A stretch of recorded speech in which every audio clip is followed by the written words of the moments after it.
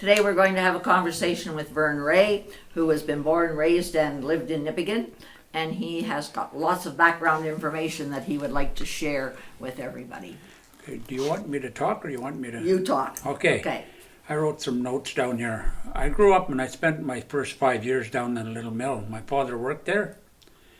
And I used to actually go to work there. I used to tease Lone Morrow that I had worked in the pulp and paper industry for over 55 years when I retired from the mill. Because my first job was actually, I used to, Oscar Kausinen from Nipigon, he used to fill the water coolers up in the mill. And there was a job first thing in the morning, and he had a yoke with 2 pails, and he'd go walk down across the tracks where the pump house was there, where the old pump was. And he used to fill the pails up and take them down to the mill and fill the water coolers up. I don't know. I used to go to work with my dad. My dad was a foreman there, and the office was up overlooking the work area down in the little mill. And I used to often go there and spend a couple hours with him, and I'd sit and watch the men working. And so one day somebody got the bright idea that I could help Oscar carry water to fill the water coolers. So I was only about 5 years old. They made me a little wooden yoke in the shop there and 2 wooden little copper pails. And he used to come and knock on my door every morning at 8 o'clock. And I'd be ready, and I'd go with my 2 little pails and his pails, and away we'd go. We'd fill them up and go back down to the mill and fill the water coolers up. So, as I say, I started working in the pulp and paper industry quite young. You started working, period, quite young, Vern. I remember the men working there, and they used to all walk to work. Everybody walked to work in those days. They didn't drive their cars. They had cars, but they only on Sundays they went for a picnic or whatever. Everybody walked. My older sisters, they walked to school from the little mill. And there was 3 families. We lived in a long company house. There was 3 families lived in there. There's 3 separations. There were 3 separate houses. There was an old Italian gentleman. I think his name was Nick Rudolph. I got confused because there's got 2 names from my memory: Nick Rudolph and Nick D'Angelo. And this Nick, I think it was Nick Rudolph, he used to often feed me. He was a single man. He was an Italian, and he was a very good cook. He'd come knocking on the door, and I'd go over for supper, and he'd give me a little glass of wine or a glass of beer, and I'd sit and eat with him. And that's where I really got the love of Italian food. I really liked it. And I remember when he retired, he went back to Italy, and I was sitting on the hood of my dad's car, and our family were waving him off. And I remember I cried quite heavily. I was really going to be upset. I was really upset when he left. And there was Nick Rudolph, and there was Murdochs, Cliff Murdoch. They moved to Red Rock later. They lived next door to us, and Frank Leframbois family. They lived separate from us, but when Murdochs moved, they moved in next door to us. I've got a story about Mrs. Murdoch. She often invited my mother over for her afternoon tea, my sisters and my mothers, and I went, and she was English, and she had afternoon tea, eh? And she had lots of nice fine china that would belong to her mother, I guess. She brought it over to Canada with her.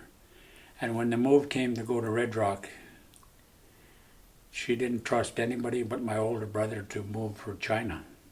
Mm-hmm. So my dad that time on the side he had a pulp cutting business. He cut pulp across the river. So he had a 5-ton truck, which is quite a big truck those days. So they loaded up their furniture on the back of the truck, and my brother was with, I think it was Jimmy Blanchette. They were both moving her. And she was adamant that she only trusted my brother to move that stuff. And they got to Suicide Hill. They rolled the truck, and all her china she was devastated. I remember hearing the story. I don't actually recall that day. So she was quite upset. I don't know. I felt really bad for her because I liked her when I did hear the story a couple of years later. But Vern, did Joneses also live down there? Pardon? Joneses also lived down Yes, there? okay, I'm going to Okay. get to the Jones. I didn't realize. So when I was about 5 years old, they lived across the tracks right close to the mill. The house was there for quite some years, and they lived there till the early 60s. After, it was so probably about 10 years after the mill shut down, they were still living there. To go back a little bit then, the house that you're talking about where you lived, where was it located then? When you Across go- the tracks? No, when you go down the little mill, it would be on your right-hand side. You know where the power station is? And In that pathway. Just along there. It was right close to the tracks. Is that where that big basement is still there? No, that was, no. Oh, it's different there.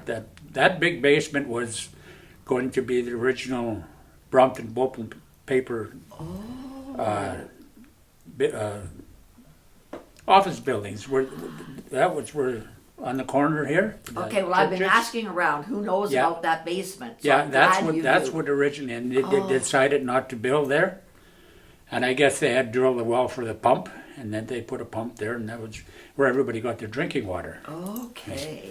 And Joneses came when I was about 5 years old. I remember playing with Cheryl, and they lived there for 5 years. Her dad was a millwright in the mill, and they were the last people that lived out in the little mill then. I remember that. Joneses.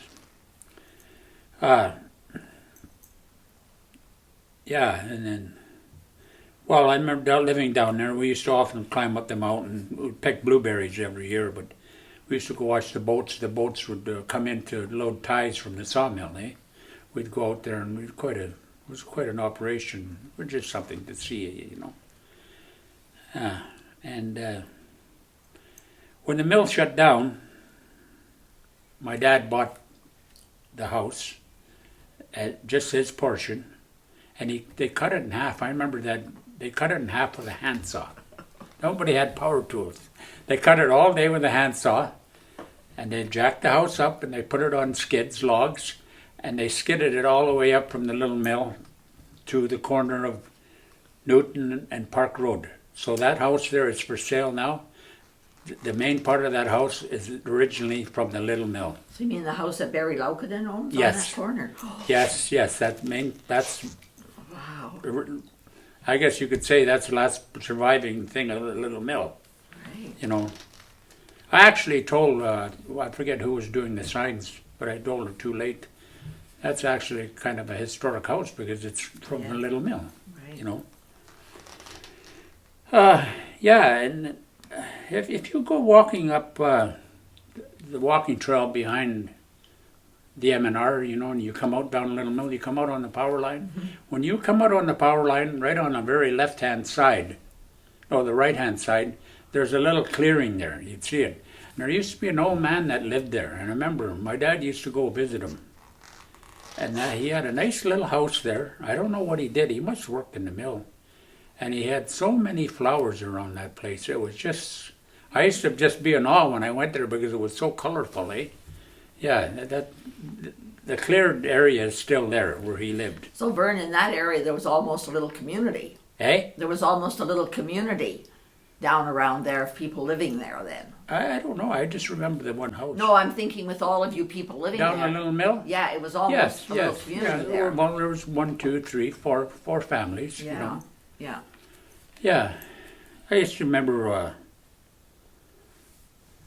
I remember quite a few of the men walking, like I say, walking to work. And they had horses. And I remember one day I was playing out in the yard. And the horses, that right across there, where the walking trail goes, where the old little mill was, part of that is all bark, eh? It's all was just a big mound of bark. And they used to keep building, pushing it. And there was no trees there in those days. And there was the horse and buggy that hauled it over there. And then they had some sort of grader attachment. The horse and buggy used to pull it and spread it out. And one day, I don't know what happened, I was in the yard and all of a sudden I heard the horse neighing and yelling, and the horse bolted and ran right across the tracks and come right through our yard. We had a fence, broke the fence, and went, got tangled up in the tracks with the wagon. That's all I recall. because I know I got scared. I ran because he was coming towards me. I don't know what spooked that horse. I don't really know.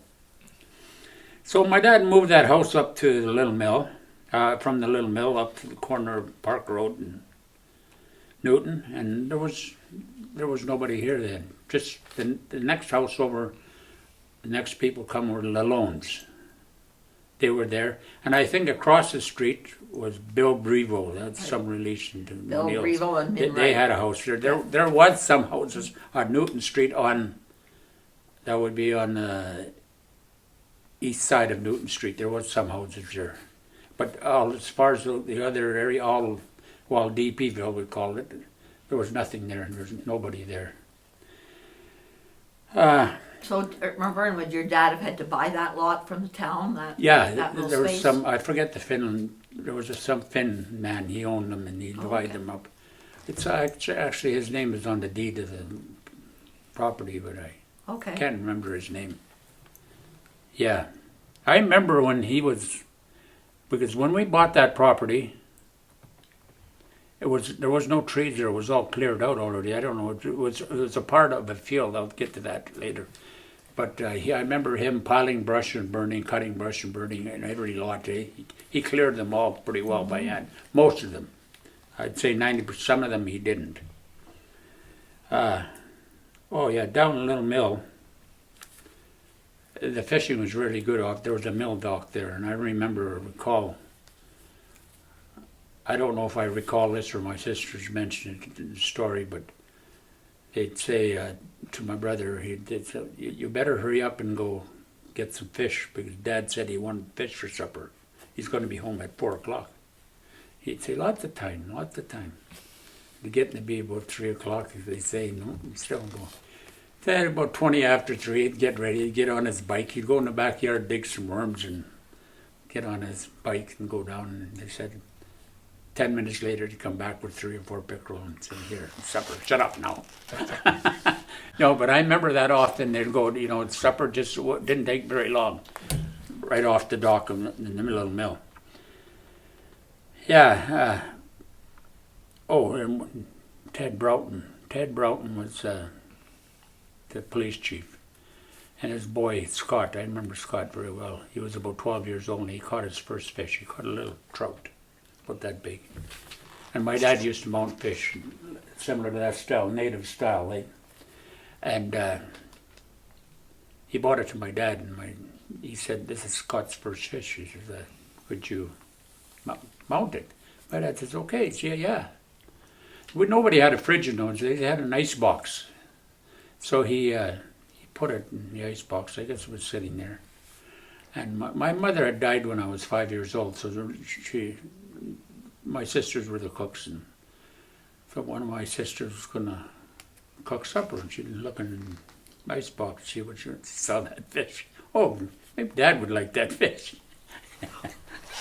she cooked it. My dad had to go tell Ted Broughton that what happened. Yeah, it's good. I guess he was quite devastated, that little boy. So we moved to corner of Park Road in Newton, and across the field there was a field right across from where we lived, where the old plywood mill. It was all cleared. There was a big field there, a huge field. So I used to go around in there and play, and then I playing one day, and I seen a gunny sack filled with sawdust, and checked them out, and I realized that was, I guess, the original Nipigon baseball field. They used to play baseball. And then the other thing I remember about that field is one day I got up and I was looking out the window over the backyard, and I see this man out there. He's got a stick and he's hitting these, swinging the stick like that. I didn't know what the heck was going on. I never heard of golf, so I went over there. It was Roger Doris. He's got a golf club, and he's swinging there, hitting golf balls. So that's the first I ever heard of golf, and that's the first time I ever seen anybody golf. There was big tall grass there. Then he'd hit the golf balls, and then I remember he asked me to go help him find the balls, because they were hard to find then, in the grass. Yeah. So that what would they call a DPville, and I grew up there, and I had a lot of friends. There was the Kramskys there. There was a man named Anteluk, and I'll tell you that story a little later. Let's see, Kramskys, Barasa, Petroshenkos, Anaskavich, Domolgoskis. You used to live down there, right? Who did you sell that to? Gavronskis or Glazinskis? Glazinski. Yeah. But we also lived on Park Road, right beside Ada Stanley. Who? Ada Stanley lived on the corner. We lived 2 down there from there. So yeah, the houses were 2 down from Ada Stanley. Okay. And I think Kevin Seabrook owns that now, or he did. Who? A long one, skinny house. Kevin Seabrook. Okay, yeah. Yeah, that one. Yeah, That's where we lived, right? Okay, yeah. Yeah, I got hecked for that, but I was cutting trees down there one time, making a fort, and my dad told me not to cut any more trees down, because maybe the people that bought that lot would like some trees. Yeah. Zygmunt Skostakos, Joe and Anna Kowaltician. And I'll tell you a story about the Stockos. I told you about the Nick Rudolph lives down in Little Mill. So one day, it's quite evening, I remember it was dark already. There's somebody come knocking on our door, and it was this Nick Rudolph, and he had a whole pile of little kids with him. He says, told me, come meet the kids and play with them. So I don't know, my sisters, I guess they invited him in the house. And there was 2 Stocko families that came to Canada, and that's where they came to when they came down to Little Mill, first came there. And I remember and all these little Italians running around, and I didn't know, I couldn't talk to them. So that's where I first met the Stockos. I met both of them, and I grew up to be good friends with all of them. And the Chicos, I remember the Chicos, I was with my dad. We went for mail on the post, and I was coming back in the car, and I was sitting in the back seat of the car, and I see these 3 little boys walking down the street, That's the Chicos. They just come to Canada that day. Their dad was already there. They had come to Canada overnight. In the morning they were exploring, and that's when I first met them too. And I think, did the Prestansky family not live down there too? Prestansky family lived down there? Yeah, the Prestansky family. Yeah, because they had a big family. I remember them. Them living there. Yeah, they lived next to my sister. My sister lived where Isaac and Jane Whitney lived. Oh, okay. And the Prstanskys lived right next door to them. Okay. Yeah. And down in DPville was, I don't know, a lot of people don't know this, there was an old Russian, his name was Anteluk.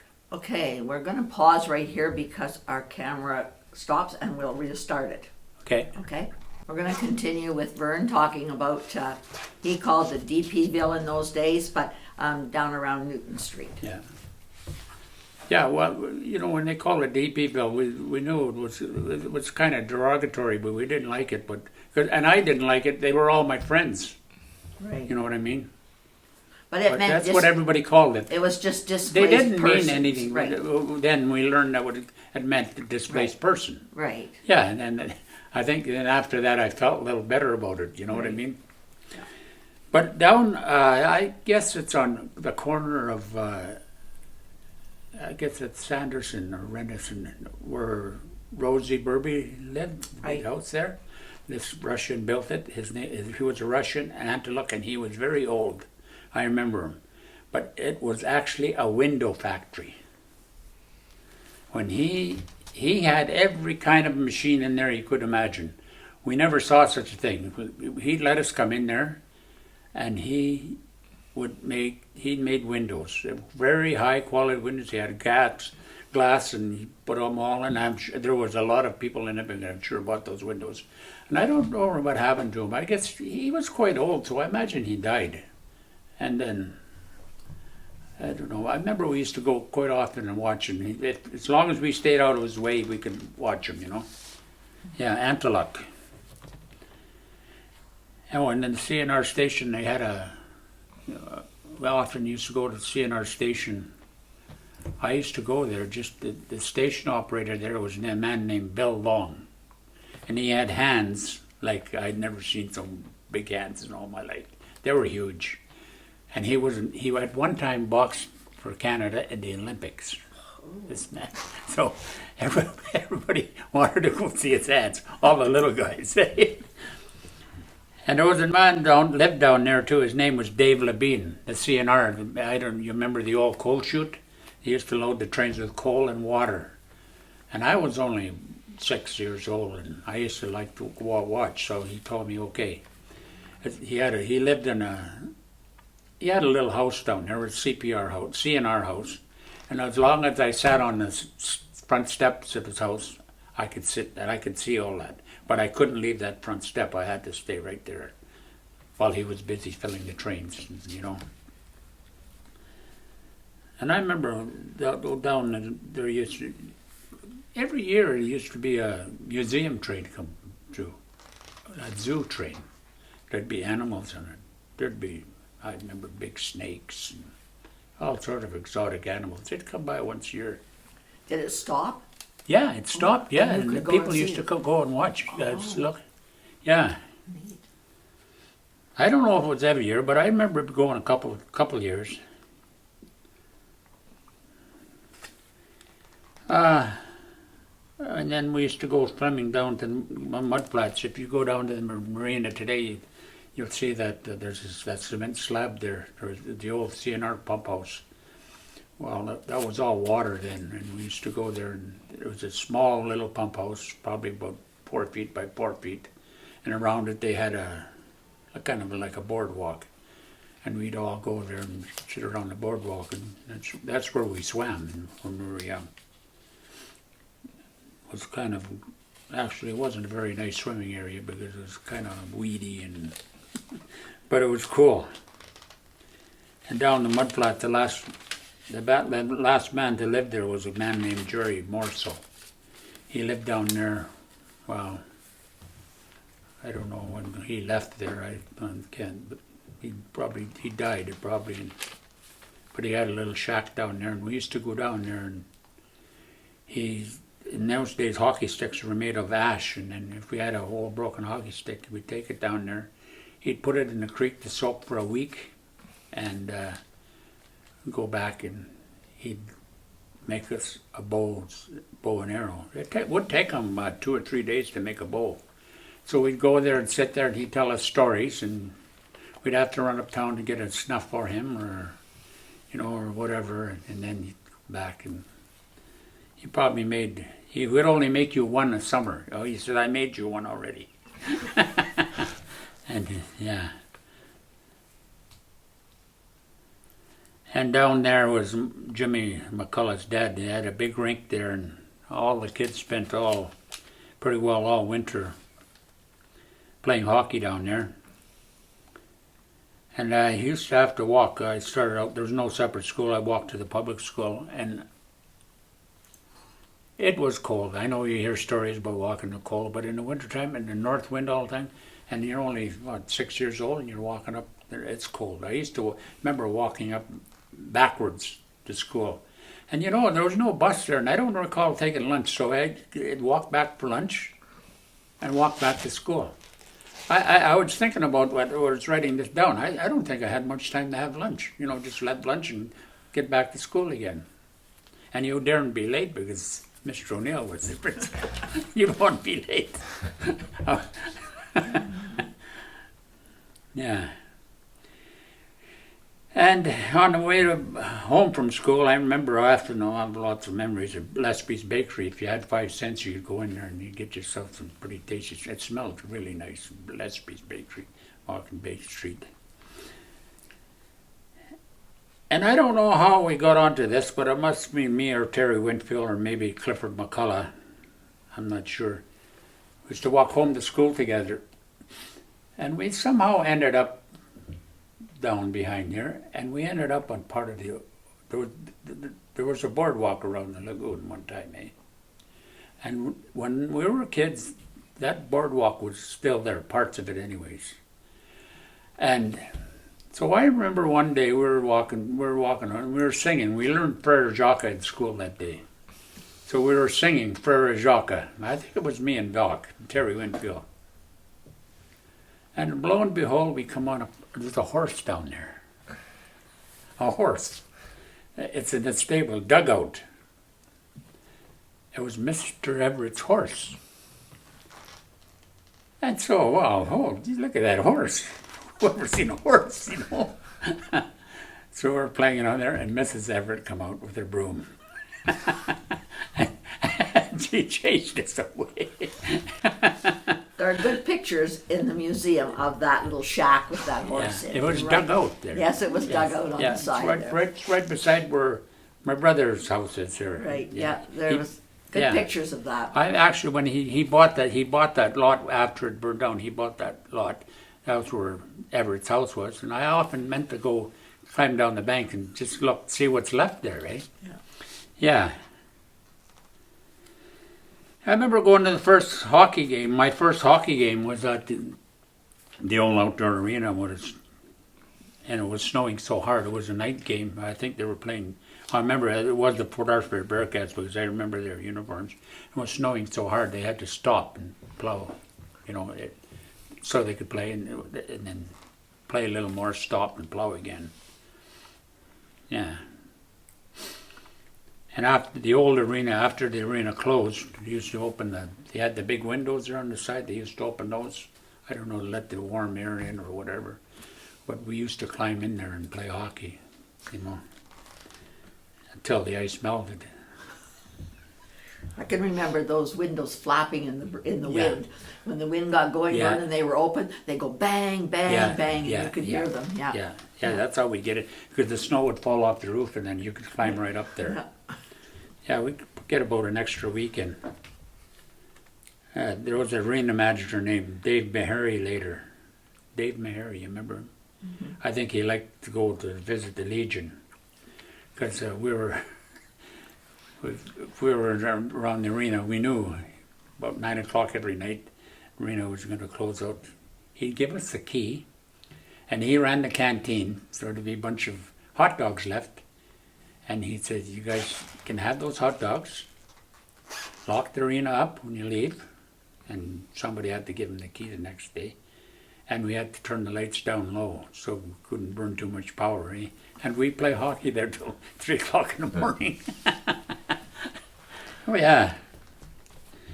And Erwin Nickel and I, we used to skip school to clean the arena roof off. I don't know. And we got paid for it. I don't know who paid for it. Who paid? Maybe the town paid us. I don't know. We'd paint the lines. We'd get up there on the arena roof, I think. Maybe $2. We'd get $2, But we didn't go to school. It was more fun not going to school. Yeah. Oh yeah, about fishing when we were young, down in the Black Bridge, there was a lot of fish, like every spring. I remember there was, there'd be 20, 30 kids down there fishing. I remember one night Billy Johnson caught 150 perch. One night. Eric Norland, there's another story. He used to come down there. Eric Norland he used to come down there and he'd take a piece of string out of his pocket. Then he'd take a bobby pin out of the other pocket. He'd make a hook and then he'd pick up a little piece of rock and tie that into the string, make a sinker. And then he'd bum a worm off somebody and throw it in there. He just did it to entertain us, eh? String and a bobby pin and rock. Yeah. Before the big field in the arena there, that was all cleared out for the pipeline when the pipeline came in 1955. That's their staging area. And I remember there was the Chicos, they had their downstairs and they rented it out to pipeline workers, and a lot of them were Portuguese. And I remember on payday, I think it was Wednesday, every second Wednesday or whatever, they'd have boxing matches down there. and they'd bet, and they were all hollering and yelling in Portuguese. Eh? You know, there'd be 2 or 3 fights, real actual boxing. we could hardly get in there because there were so many guys. It was in the garage part of the basement, and we'd watch those fights. That was quite the thing. And I don't know, that's about all I got to say about when I was growing up anyways.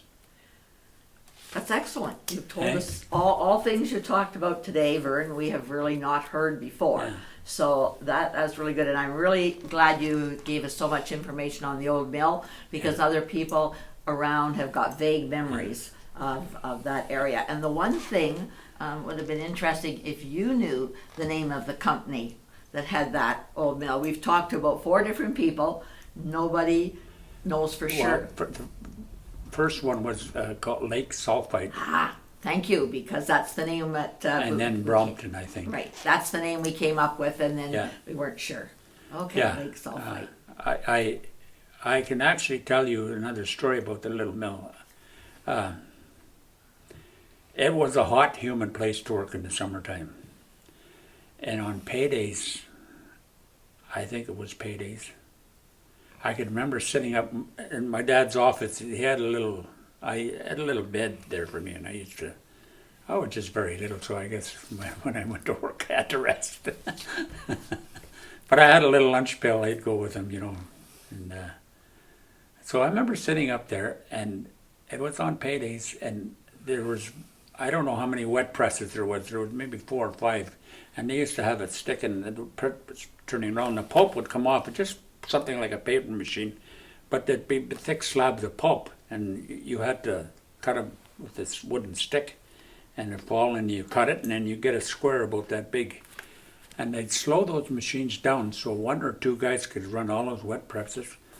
They'd made a big table in the middle of the floor, and they got their wine and their beer, and they played cards and drank, and it was payday, and they'd drink a case of beer or whatever, you know, and then they'd all go back to work, but while they were drinking, they'd relieve themselves. They'd have a good time. They didn't stop the work, but it slowed down, and I think they did it every payday. And I remember hearing stories when I went to work in the mill of, in the Red Rock mill, before they put a fence up around the mill, of wives coming in into the digesters, and they'd bring their lunch to their husbands, and they'd bring them 2 or 3 cold beers, and they'd have supper with them, and husbands would drink 2 or 3 cold beer while they were working. And that went on down the little mill. I didn't see no wives there, but I know they used to... So, Vern, have you got any sense of how many people might have worked at that mill? Oh, I don't know. Those are little details that are interesting, but nobody really knew I don't know. There must be at least 50, 60. Okay, that's there a was number probably maybe a dozen a shift. Right. I don't know. I don't remember my dad working midnights, but I remember him working 4 to 12 and day shift. Right. And then, you know, like I remember they had painters. I remember Omer Coet, I think, was painting down there. They had a millwrights. And they must have had a tinsmith, like I said, because somebody made me those pails. Right. You know, and oilers. Right. Well, that's good, because we weren't too sure when we talked to other people. That must be then. Because I remember, you know, I can remember people walking to work. There'd be 2 or 3 guys walking, another 2 or 3 guys walking, you know. So can you remember now, the pulp went out on trucks, or the pulp went out on trains? It went out on trains. On trains. Yeah, they cut those big slabs, and they loaded them on a great big steel wagon. They put a slab down, and they had a wire mesh thing. There was quite a few of them around Nipigon until recently. And then they put a wire mesh there, another slab, another mesh, and then put it in a big press and squeeze all the water out. And then they pull it into the boxcars. Okay. And I don't know where some of those boxcars must have went to Red Rock then, pulp. I don't know where they went. I don't think, you know, because then Brompton owned Red Rock and the little mill at that. So I imagine they'd use their own product. It must have just went to the little Red Rock. Okay. just down the track. And do you know who owned the sawmill down there they did the ties, we understand. They cut the ties in that sawmill. I think that the last one making tie was Ricky Ryla. Oh, I think maybe he was the last one to make ties down there. okay. Because I remember him. I could remember him while he had trucks, R. Ryla trucking. Right. I remember them going down the road, right? Because I'd known him for a long time, so I knew who he was for a long time. I don't know how, but Right. I knew he cut timber down there, made railroad ties down there. Okay. Good. Lots of good information. Thanks, Vern, very much. Yeah.